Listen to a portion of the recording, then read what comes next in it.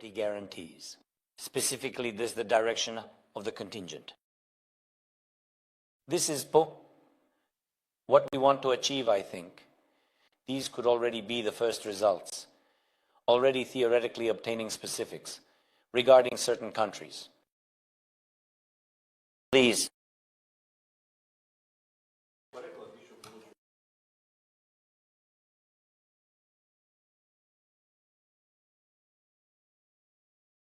Volodymyr Alexandrovich, could you please comment on that moment from Steve Witkoff's interview about Crimea, Donbass, and those three regions of Ukraine? Well, you know, it's like this. Thank you for the question.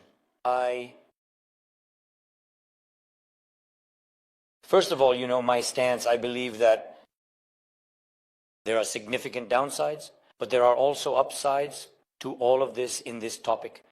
I want to explain my point of view.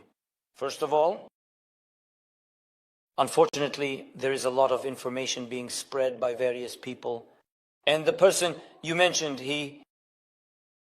his messages, unfortunately, maybe he has many different messages, but these messages very much align with the messages of the official Kremlin.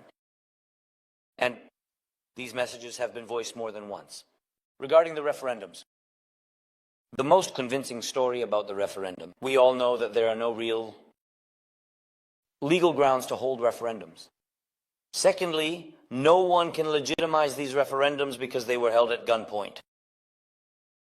Thirdly, dead souls. There is plenty of evidence about who voted there and who, first and foremost, did not vote. In other words, everyone knows that there were no legal referendums and no one in the world recognizes them. So, unfortunately, this is initially what is unfortunate, and then where is the plus? That is, unfortunately, this is the message of the Russians, and it has always been the message regarding referendums only from the Russians.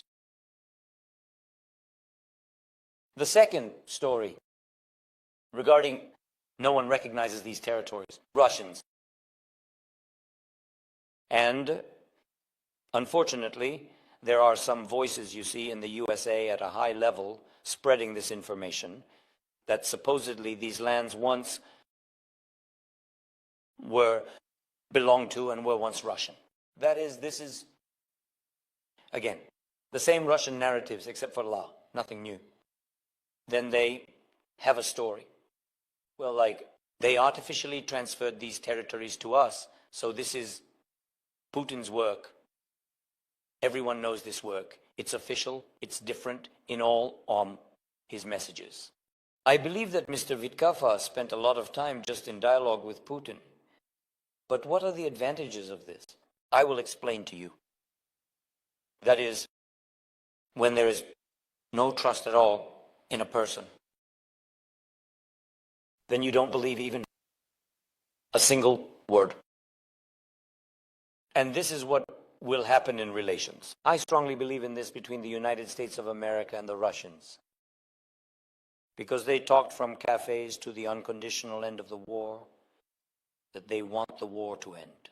Certainly, excuse me, a ceasefire. So what we all already see is that certainly the ceasefire didn't work out. Because the Russians don't want it.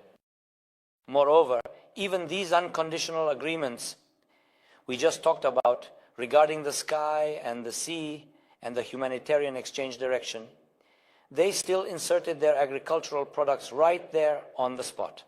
And as everyone understands, the United States wants to bring results, and results are needed for Trump, and it's fair that he talks about it, that he wants results, and they understand, meaning they are in their own spirit. And distrust towards the Russians. Because of this, it will increase with each passing day. I hope, and indeed, I have this hope, there, truly realistically. I see it realistically now, but it's surprising that in principle, the Russian narratives towards them. There will be no trust that the American side will eventually deal with these narratives, that all of this is a lie.